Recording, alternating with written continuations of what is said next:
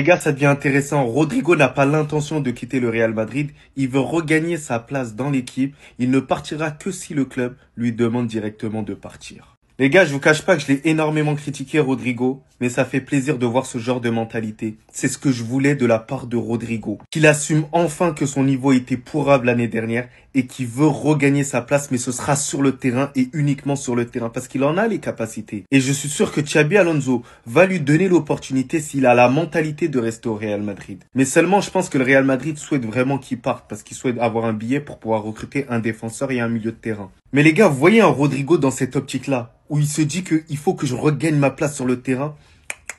Les gars, faut pas le vendre. Faut juste voir ce qu'il va faire là sur le terrain. Est-ce qu'il va parler pour rien? Parce qu'il a jamais parlé pour rien trop. Parce que regardez, pour l'instant, Vinicius Mbappé, c'est pas trop ça. Au final, Rodrigo, il est en train de parler.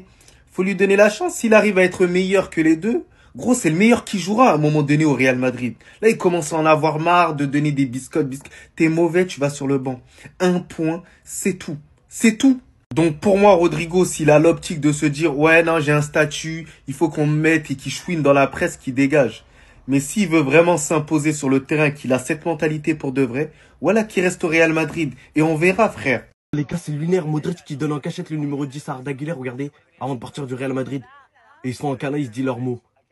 Non mais c'est trop. Genre là, ça veut vraiment pas de Mbappé numéro 10. Regardez bien les gars, moment émotionnel quand l'avion du Real Madrid arrive à Barajas, l'aéroport quoi. Güler les gars qui se rend vers Modric avant son départ et qui lui fait un câlin et qui récupère son numéro 10. Parce que c'est bien beau les gars de dire que Mbappé va récupérer le numéro 10 et que Mbappé lui-même les gars dit qu'il s'en fout du numéro en soi, il veut juste jouer au foot. Mais quand tu réfléchis bien les gars et que tu vois son post d'Insta par rapport au match du PSG, on voit bien que les gars carrément Mbappé il s'en bat les couilles du numéro 10. Il veut le numéro 7 de Vinicius. Déjà dès le moment où les gars il a mis Vinicius à droite lors du match face au PSG, tu sais que c'est bizarre, tu sais que c'est gâté. Mbappé quand il est venu les gars, il est trop fort. Non, faut se le dire, parce que pour une première saison, les gars, finir Pichichi, malgré que tout le monde le critique, les gars, est-ce que vous vous rendez compte que c'est le meilleur buteur au monde? Genre, t'as vu, il n'y a pas meilleur, tu peux pas trouver mieux que lui. Parce que c'est bien beau de venir l'éteindre tous les jours, les gars. Mais n'oubliez pas qui est Mbappé. Bref, en tout cas, si Mbappé, les gars, il aura jamais le numéro 7, je pense, au Real, où ça va faire une polémique de fou malade. Mais le numéro 10 ira bien à Arda Güler. C'est fini, c'est lui le ballon d'or, la liste est sortie. Et vous allez voir que c'est pile le scénario auquel on s'y attendait. Pour ceux qui sont pas au courant, le Parisien a sollicité l'avis de 12 journalistes du monde entier spécialistes du football pour le ballon d'or 2025.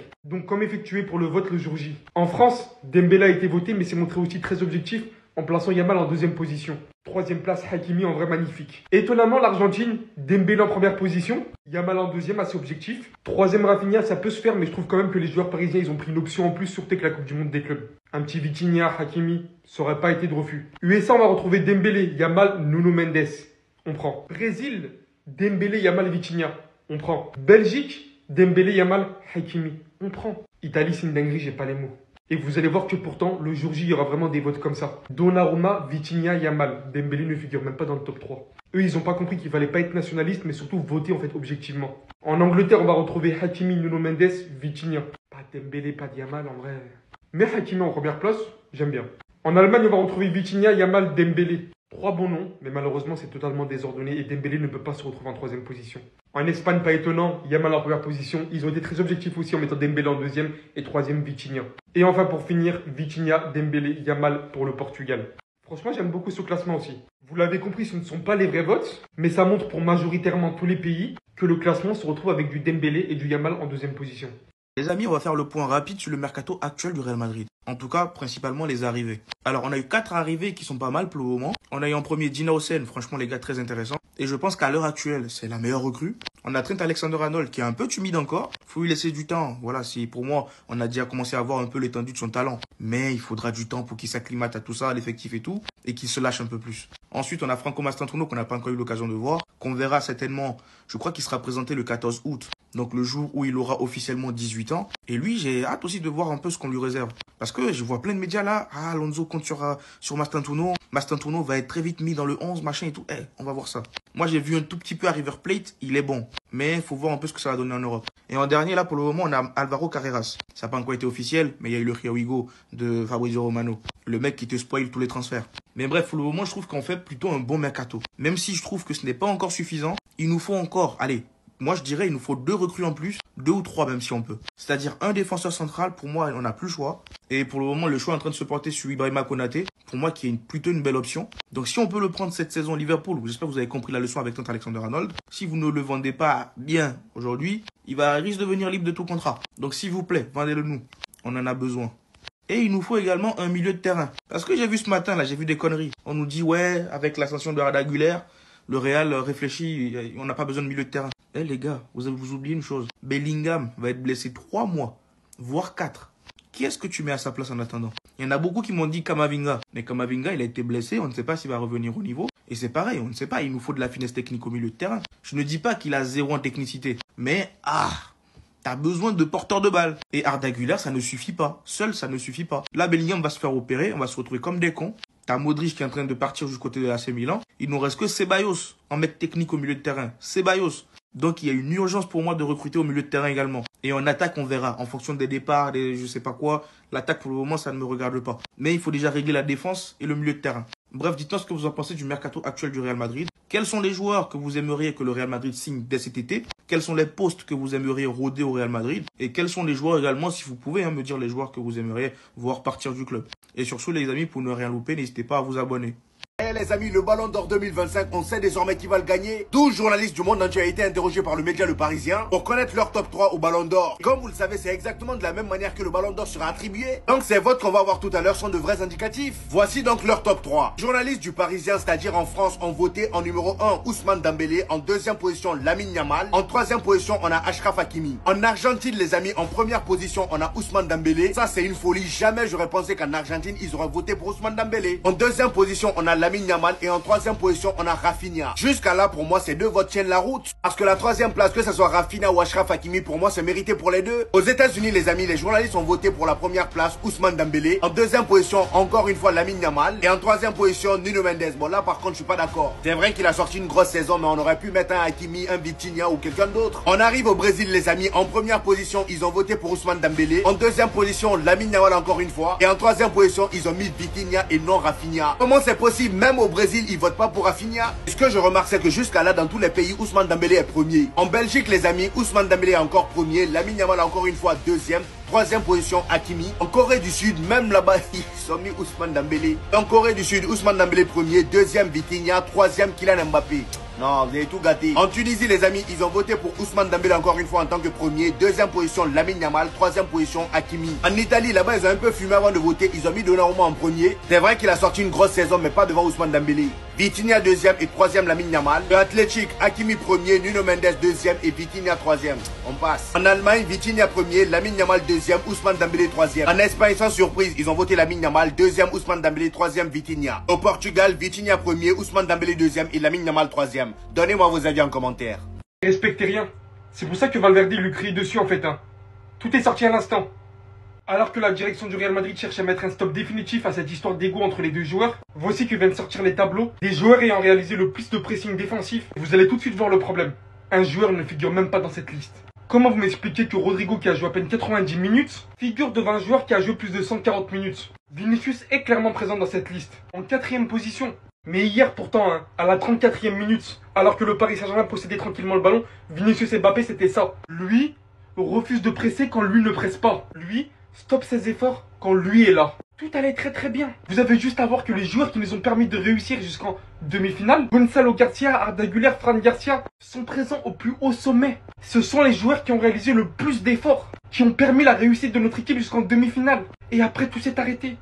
Et après tout s'est stoppé. Moi ce que je sais, c'est que le club cherche à le faire partir lui, et pourtant entre tous, c'est celui qui acceptera le plus de se sacrifier, de presser, de faire les efforts, et il a toujours été comme ça d'ailleurs. Moi je dis qu'au bout d'un moment, faut faire les bons choix. Alors ça c'est bizarre. Lamine Yamal a encore frappé. Comme vous le savez, il a prévu de faire une grande fête pour ses 18 ans. Et il y a un détail sur cette fête là qui fait déjà polémique. Et les Barcelonais qui me regardent, je tiens déjà à vous informer que Hansi Flick a annoncé une mauvaise nouvelle à Ter Stegen. Au moment où je vous parle, le Barça possède 4 gardiens. Juan Garcia qui vient d'arriver. On a Peña qui est pas encore parti. Ter Stegen lui-même est encore là. Sans oublier Wishy Szczesny qui se fait gronder par sa femme parce qu'il a fait une teinture. Parce que oui, pour ceux qui l'ont pas vu, Wishy Szczesny il a fait une teinture blonde et sa femme l'a grondé en story. Ça a duré 15 minutes avant qu'il le change. Donc avec tous ces gardiens là qui pourraient tous être titulaires au FC Barcelone, Barcelone. Enfin, sauf Ter Stegen parce que Hansi Flick l'a déjà informé qu'il ne sera pas le titulaire la saison prochaine. Là, on nous dit que Juan Garcia qui vient d'arriver de l'Espagnol sera le gardien numéro 1. Et Chesney sera là en tant que remplaçant et Peña normalement devrait partir. Et en termes de mercato, avec l'échec sur le dossier Nico Williams, le FC Barcelone s'était retourné sur Luis Diaz. Et le problème avec Luis Diaz, c'est tout aussi compliqué. Donc finalement, Marcus Rashford devient la priorité. Et c'est d'ailleurs ce qu'on nous dit ici, Marcus Rashford est devenu la priorité du FC Barcelone pour cet été. Et pour vous dire, le gars il a même baissé son salaire de 40% juste pour rejoindre le Barça. Franchement, c'est énorme. On termine avec Lamine Yamal, les amis. D'après le Mediasport, Lamine Yamal va fêter ses 18 ans ce samedi à Barcelone avec une grosse soirée privée. Et ça, juste avant la reprise du FC Barcelone. Et qui dit soirée privée, dit pas d'image à la fête. Les téléphones seront bannis pour garder l'événement 100% privé. Ce qui est très ironique étant donné que High Speed Show sera là. Il est dit des stars du sport, des créateurs de contenu comme High Speed Show et des artistes seront attendus pour célébrer le moment avec lui. Je ne sais pas ce qui va s'y passer pour interdire les téléphones à ce point. En tout cas, moi je trouve ça un peu bizarre. Après, je peux comprendre avec toutes les polémiques qu'il a eu ces derniers temps là, il veut pas encore avoir une autre sauce.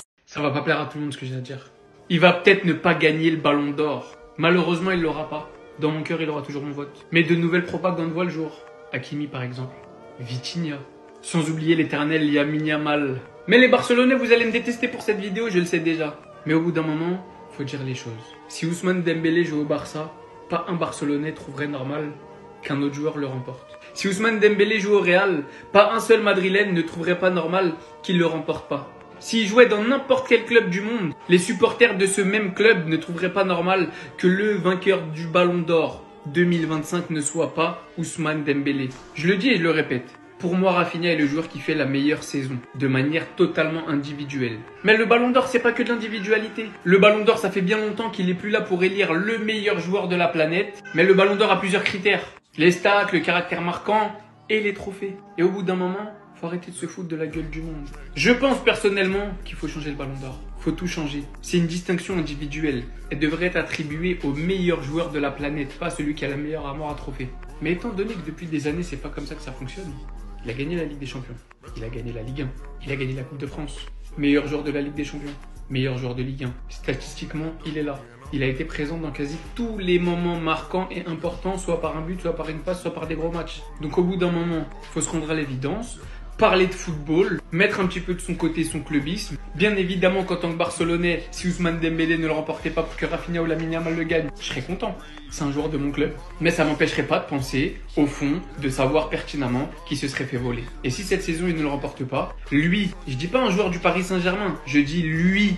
Parce que c'est cette saison le joueur le plus décisif au Paris Saint-Germain. C'est cette saison le joueur qui aurait été le plus marquant. Et au bout d'un moment, faut arrêter de chercher midi à 14h. Oui, ça fait bizarre de se dire qu'Ousmane Dembélé va avoir le Ballon d'Or avant Kylian, avant Haaland, qui étaient eux prédestinés à le gagner. Mais pour moi, c'est ça la beauté du foot. On peut rien prédire en avance. On l'a critiqué comme pas possible. Et je maintiens et persiste. C'était mérité à l'époque, ne réécrivez pas l'histoire. Mais après la saison qu'il est en train de faire, individuellement et collectivement, s'il le gagne pas, ça envole. Je m'incline. Vous êtes trop fort pour moi. La puissance de Mbappé, c'est trop. Je ne peux pas lutter. Là, on demande aux supporters de Real Madrid de choisir qui entre Rodrigo et Vinicius doit partir. Le débat au Real, c'est qui on doit virer entre Vinicius et Rodrigo. Et c'est même pas une blague. Et si ou quand Rodrigo va se barrer, le prochain débat, ce sera qui on doit prioriser entre Mbappé et Vinicius. Je vous le redis, la puissance, elle est trop forte pour moi. Donc si je résume, on doit choisir entre un mec qui est là depuis 7 ans et un mec qui est là depuis 6 ans dans notre club, qui ont toujours rêvé depuis petit de venir au Real Madrid et qui n'ont pas fait de chichi, qui sont venus, qui ont porté le maillot du Real Madrid dans des temps compliqués, qui ont gagné 2 Ligues des Champions et qui y ont contribué, et 3 Ligas, des mecs qui nous ont fait rêver avec le maillot merengue. Quand il y en aura un des deux qui doit se barrer, on doit dire que Mbappé est meilleur, donc on doit le mettre sur le banc. C'est trop. C'est trop pour moi, les gars. Le mec, en 1 an, il a fait sa loi. En 1 an, il a transformé notre club. En 1 an, Vinicius et Rodrigo sont passés d'adulés à détester. Ne vous méprenez pas, hein. J'ai des choses à reprocher à Rodrigo et à Vinicius. Vinicius, avoir ce niveau, c'est pas normal. Rodrigo a fait certaines déclarations qui sont inadmissibles. On en est à un point où cet homme a tellement tout changé chez nous qu'un truc qu'on pensait inimaginable il y a 11 mois est en train de se produire. Et nous, on regarde. C'est fabuleux.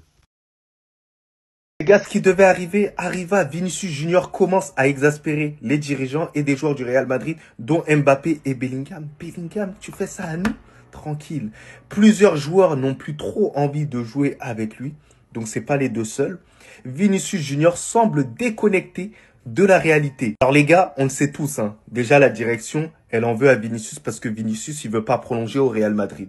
Mais moi, je comprends Vinicius parce que vous le chiez à la gueule, c'est une réalité. Les gars, Vinicius Junior, il est là au Real Madrid, il a remporté pas mal de choses. Il s'est imposé en tant que patron du Real Madrid, bordel de merde. Il était censé avoir un ballon d'or. Et je vous promets les gars, si Mbappé n'était pas venu au Real Madrid, il aurait obtenu ce ballon d'or là. Dans la tête des gens, il était inconcevable que Vinicius ait un ballon d'or avant Kylian Mbappé. C'était pas Rodri qu'il fallait attaquer, les gars. Le problème, il était beaucoup plus profond. Dans la tête des gens, si Vinicius obtenait le ballon d'or avant Kylian Mbappé, Vinicius aurait été le patron du Real Madrid. Il aurait obtenu quelque chose que Kylian Mbappé n'a pas obtenu de manière individuelle. Moi, c'est mon humble avis sur ça. Vous pouvez en faire ce que vous voulez. En tout cas, si cette information, elle est vraie, les gars, voilà, perso, je suis déçu. Je suis déçu, voilà, qu'il n'y ait pas assez de soutien sur lui. Alors certes, il a un comportement, des fois, il est exécrable et tout.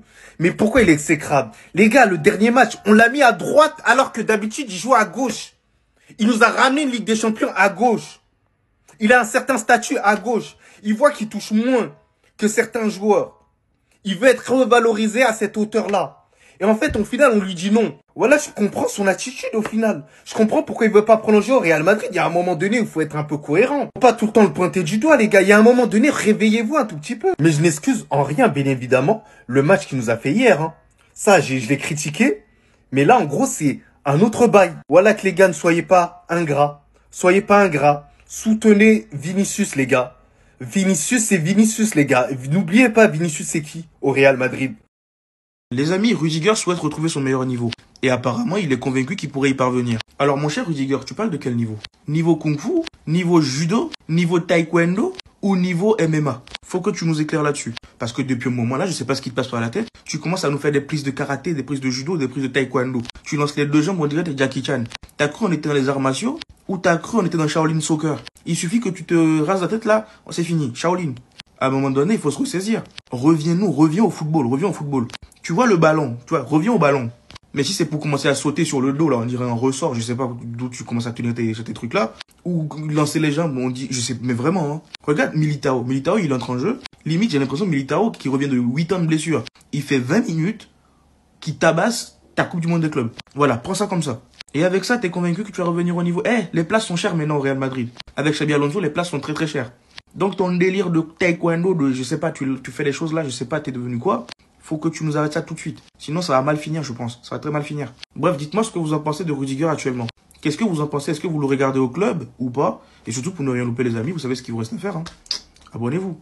Le Real Madrid est très clair, hein, donc il y a des joueurs qui ont énormément déçu lors de cette Coupe du Monde des clubs, hein, donc il y a des problèmes et les performances de certains joueurs n'ont pas atteint le niveau requis. Par exemple, le joueur Raúl Asensio, les gars, a énormément déçu lors de cette Coupe du Monde des clubs, comme Vini et même Mbappé, les gars. Pourtant, il n'a pas non plus énormément joué, mais lors du match contre le Paris Saint-Germain, les gars, il a été beaucoup critiqué, Kylian. On va parler cette fois-ci, toujours du Real, bien sûr, qui hésite à recruter un milieu de terrain. Pourquoi?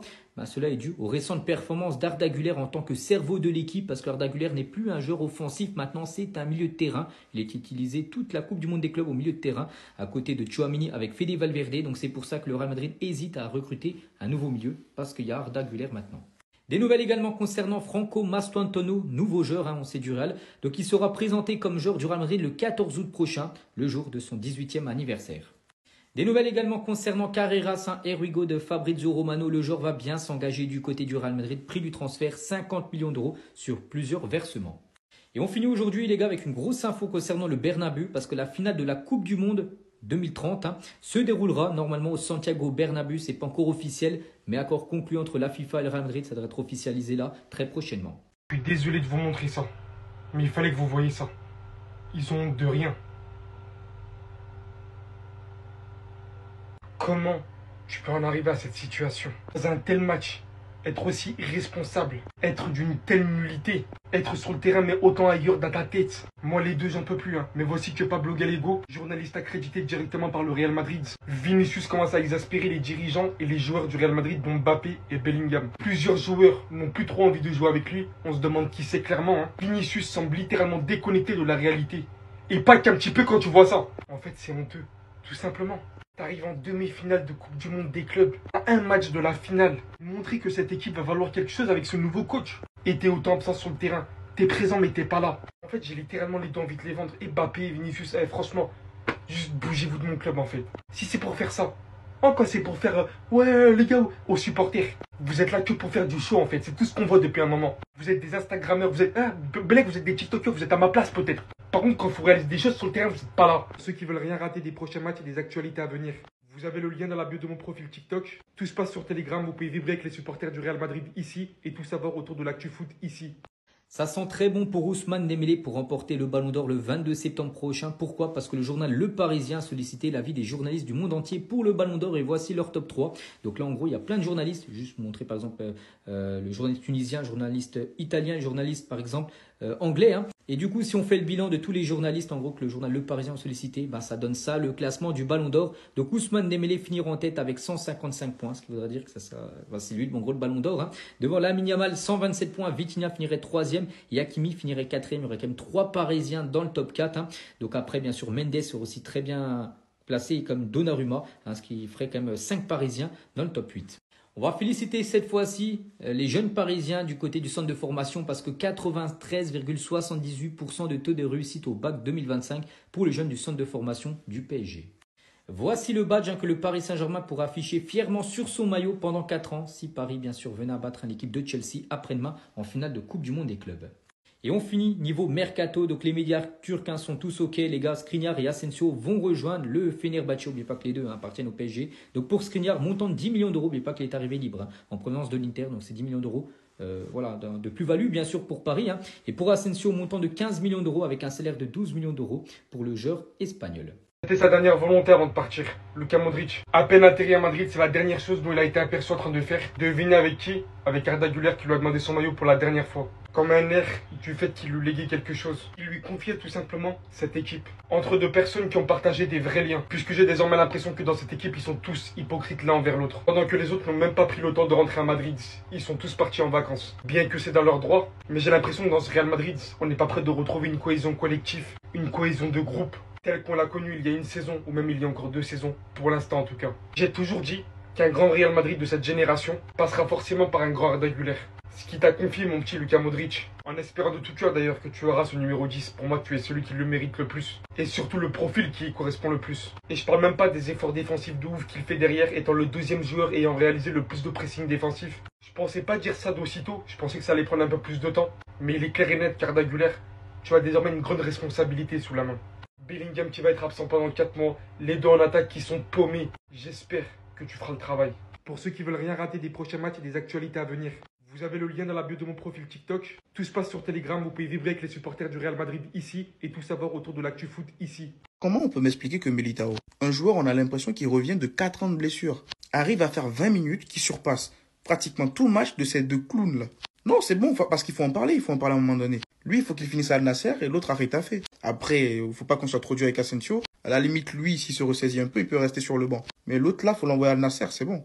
Mais tous ceux qui voulaient jeter Militao comme un malpropre, les gars, finalement, dites-vous que durant le match contre le Paris Saint-Germain hier, on n'a fait que 2 frappes cadrées. Dites-vous que la deuxième frappe cadrée, c'est Militao qui l'a fait. C'est pour vous dire à quel point, déjà, on est nul. Et en plus de ça, Militao, les gars, faut pas sous-estimer. Oui, c'est vrai qu'il n'est pas fiable en termes de blessures et tout. Il a souvent les ligaments. Mais j'espère que Alonso va pouvoir prendre soin de lui. Parce qu'en vrai, dans une défense à 3, tu mets Hausen, Tchouaméni, tu peux mettre Militao. Au cas où tu n'arrives pas à ramener Konaté tout de suite. Mais les histoires de Rudiger, là, le catcheur, Rudiger, le champion du MMA, non, c'est fini, moi, tout ça. Et Asensio, le mec, il te fait croire qu'il est serein. Mais en fait, dans sa tête, il y a des courts-circuits. Non, c'est bon, pour moi, j'en ai marre. Mettez un peu de respect sur le nom de Militao, s'il vous plaît. Je ne dis pas qu'il va revenir tout casser là d'un coup. Mais ouais, vous avez vu son entrée en match ou pas? Son entrée en jeu et tout. Moi, je le garde tous les jours. Mais tous les jours. En plus, balle au pied, il nous a remontré que c'était pas mal, finalement, l'aisance balle au pied. En vrai. Et Xabi Alonso, il aime bien ce genre de profil-là. Donc, tous ceux qui voulaient le jeter comme un malpropre, vous allez voir. Bref, dites-moi ce que vous en pensez dans les commentaires. Et surtout, pour ne rien louper, les amis, abonnez-vous.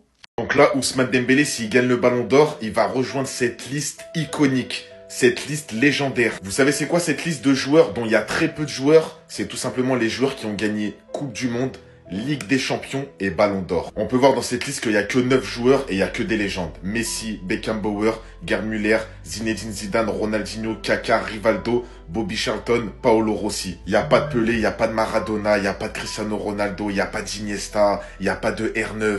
Et normalement, bah là les gars, on est tout simplement en train de voir qu'il va avoir le Ballon d'Or, Ousmane Dembélé, on va pas se mentir. Il va rejoindre cette liste. Parce que oui, il a gagné la Coupe du Monde, même si ça n'a pas été un acteur majeur, il l'a gagné. Après oui, ce sera pas le même rendu qu'un Lionel Messi qui a gagné 8 Ballons d'Or, 4 Ligues des Champions, une Coupe du Monde où il a été acteur majeur. Il a gagné la Ligue des Champions, alors là il a été plus qu'acteur majeur. Et là, la récompense individuelle la plus importante de l'histoire, à savoir le Ballon d'Or, il va l'avoir. Moi, personnellement, je reste toujours choqué. Je vous jure, je sais pas si vous vous rendez compte, je reste toujours choqué que les gars, on parle d'Ousmane Dembélé. Le joueur qui était à Dortmund, qui était au Barça, qu'on voyait même pas dans les top 30 Ballons d'Or. Tellement c'était un joueur, bon, c'était quand même un joueur classe mondiale, mais c'était un joueur, il était capable de faire des choses, mais pas dans ce milieu-là. Juste des joueurs comme Ribéry, Robben, Hazard, il était jamais capable, normalement, d'aller les chercher. Et là, le mec, il va s'asseoir à la table des plus grands dans certains records. Je sais pas si vous mesurez c'est quoi la dinguerie. Non, franchement, respect à lui.